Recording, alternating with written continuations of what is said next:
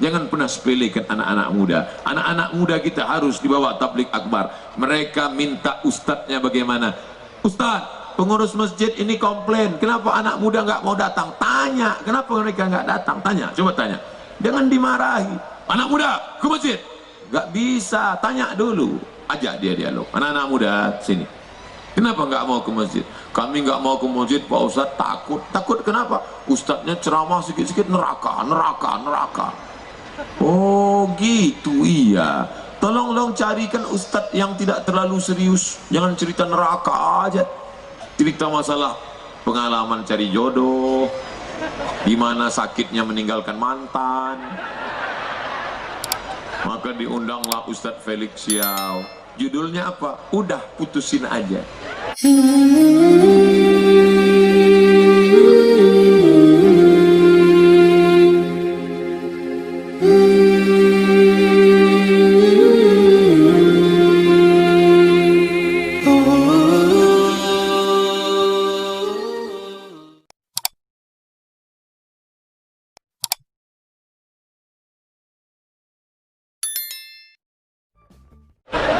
Bapak Ibu yang dimuliakan Allah Subhanahu wa Ta'ala, anak muda peduli pada pengajian. Kak Bupati bertanya kepada anaknya, nanti Ustadz Somad hadir tausiah ulang tahun ke-19 Waikanan, kamu pulang atau tidak? Tidak. Kenapa tidak pulang? Udah jumpa Ustadz Somad di Universitas Brawijaya. Ternyata pekan lalu saya di Unibrau, anak Pak Bupati hadir mendengarkan pengajian di Universitas Brawijaya. Anak muda peduli pada pengajian. Hari gini orang tua tak peduli pengajian. Saya pernah diundang di salah satu kampung. Apa pesan dari panitia? Tolong Ustadz sampaikan kenakalan orang tua. Dia bilang ini salah tulis kalian ini. Kok kenakalan? Memang yang nakal orang tua Pak Ustadz. Gimana ceritanya? Mereka tinggal di kampung, nanti habis motong karet, karet dijual ke kota. Setelah jual, dia masuk ke diskotik di kota. Serius nih saya bilang, iya Pak Ustadz. Mereka mabuk-mabuk, dugem-dugem dulu, habis itu baru pulang kampung. Kenapa? Alasannya masa muda nggak bahagia. Akhirnya mereka mencari kesenangan, maaf, bahkan sampai pada perbuatan zina, habis itu pulang. Jadi judulnya kenakalan orang tua. Na'udzubillah.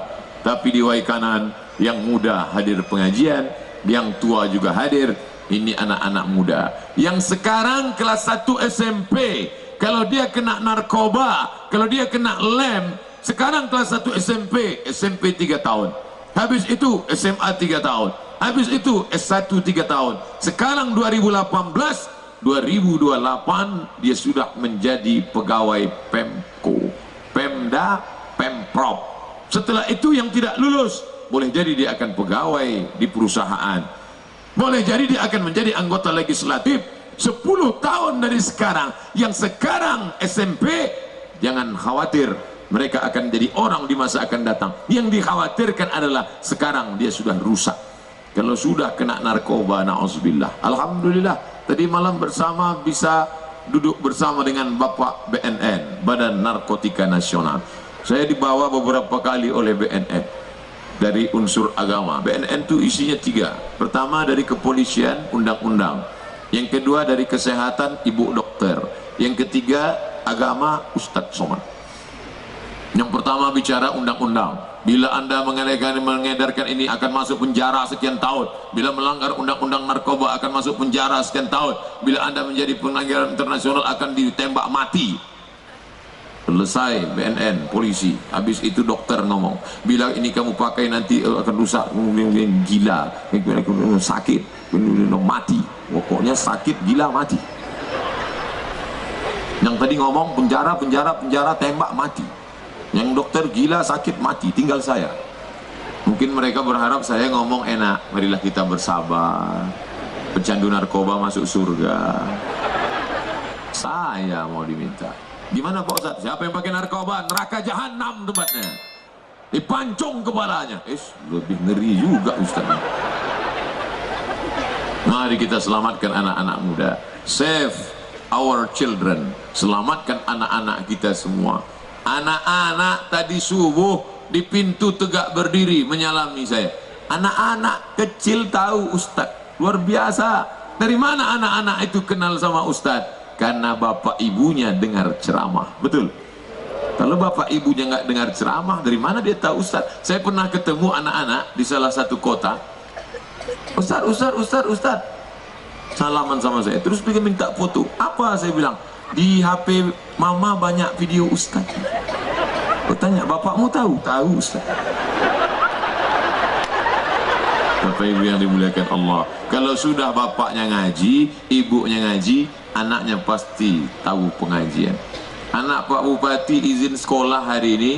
Bu, saya besok izin ya, nggak masuk sekolah. Kenapa? Mau dengar ceramah Ustadz di Waikanan, Lampung. Ceramah Ustadz Somad kan bisa ditonton di YouTube. Ngapain kamu mesti libur? Mau salamannya gimana, Bu? Iya juga ya. Akhirnya ibu ngasih izin. Sebetulnya salaman bisa dari jauh, foto yang tak bisa. Foto salaman, diambil gambar, dicetak, ditempel di dinding. Sekarang dia mungkin kelas 6 SD, 10 tahun lagi dia akan S1, dia akan menikah. Foto kecilnya itu akan dia lihat. Ini foto aku 10 tahun yang lalu dengan Ustadz Somad. Mama, ayah, ini gambar Ustadz Somad dulu kan? Iya. Mana Ustadz itu sekarang? Sudah mati dimakan cacing tanah. Tapi kenangan itu sampai mati, anaknya akan bertanya, cucunya akan melihat, oh ternyata nenek kami dari kecil sudah suka pengajian. Itu pendalaman agama luar biasa. Jangan pernah sepelekan anak-anak muda. Anak-anak muda kita harus dibawa tablik akbar. Mereka minta ustadznya bagaimana? Ustadz, pengurus masjid ini komplain, kenapa anak muda nggak mau datang? Tanya, kenapa mereka nggak datang? Tanya, coba tanya. Jangan dimarahi. Anak muda ke masjid. Gak bisa, tanya dulu, ajak dia dialog. Anak-anak muda sini, kenapa nggak mau ke masjid? Kami nggak mau ke masjid Pak Ustadz, takut kenapa? Ustadznya ceramah sikit-sikit neraka. Oh gitu, iya. Tolong carikan Ustadz yang tidak terlalu serius, jangan cerita neraka aja. Cerita masalah pengalaman cari jodoh, gimana sakitnya meninggalkan mantan. Maka diundanglah Ustadz Felix Xiao. Judulnya apa? Udah putusin aja. Diundanglah Ustadz Salim Afillah. Judulnya apa? Buanglah mantan pada tempatnya. Menarik bagi mereka. Nah, nanti buat khusus kajian anak muda Waikanan, menghadirkan ustadz-ustadz muda. Kami pernah undang Ustadz Muzammil Hasballah. Penuh masjid. Anak muda semua isinya, tidak ada orang tua. Karena orang tua nggak kenal Ustaz Muzammil. Diadakan lagi acara di Tanah Lapang, penuh. Yang diundang Imam Masjid Salman ITB Bandung. Dia adalah Ustadz Hanan At-Taqi. Masya Allah, 6.000 anak muda memenuhi Tanah Lapang. Padahal di malam yang sama, artis India dari Antv sedang datang. Sunyi, tinggal mak-mak aja yang nengok India. Anak muda semuanya ke tempat artis, Masya Allah, luar biasa. Oleh sebab itu anak muda ini buatkan kajiannya khusus anak muda, pengajian pagi Ahad, sholat subuh berjamaah. Hadirilah tablik akbar pengajian anak muda subuh Ahad, bahaya narkoba.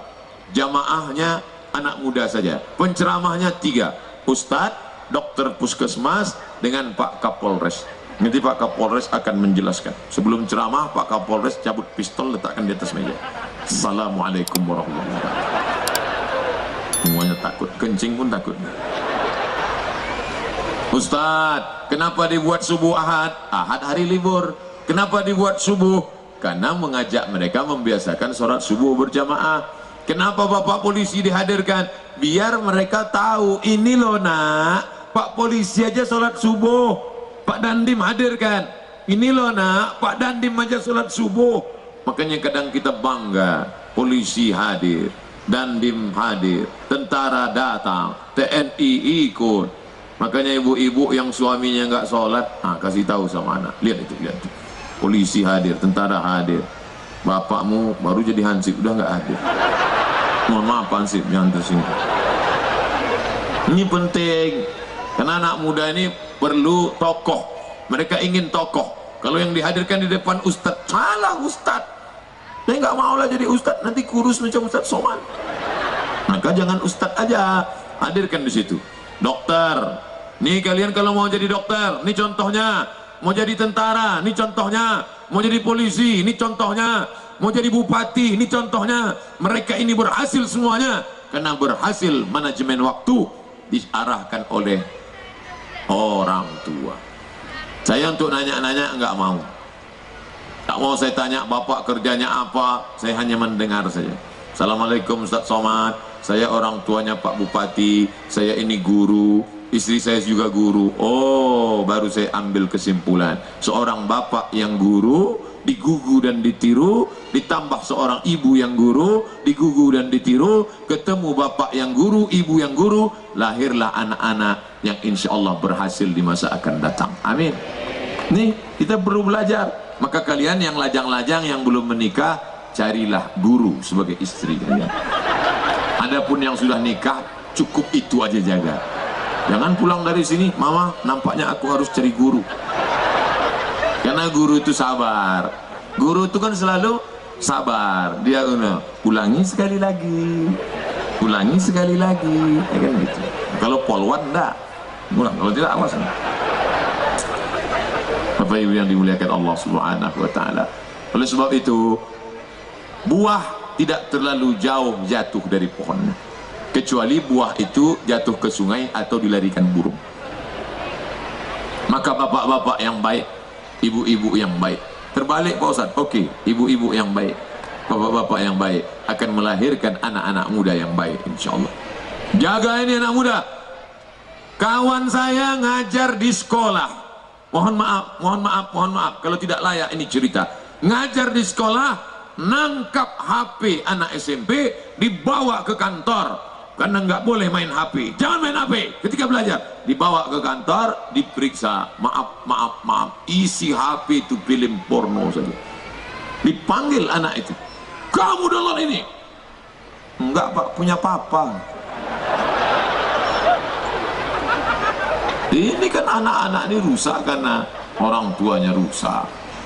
Ibu-ibu nelpon saya tengah malam jam 12 malam. Assalamualaikum Ustadz Somad. Waalaikumsalam, salah sambung. Nelpon lagi. Assalamualaikum Ustadz Somad. Iya, ada apa? Jangan kuat-kuat, nanti dengar istri saya.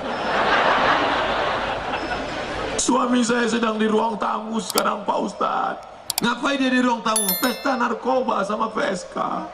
Saya dengan anak-anak di kamar berdoa. Ini mau jadi apa rumah tangga seperti ini?